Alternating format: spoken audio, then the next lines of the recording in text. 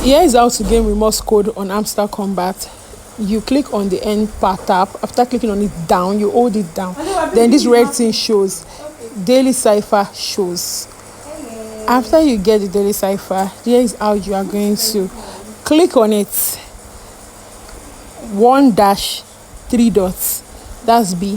1 dash, that's T. 1 dash dot, 1 dash dot, that's C. Then you have B to C.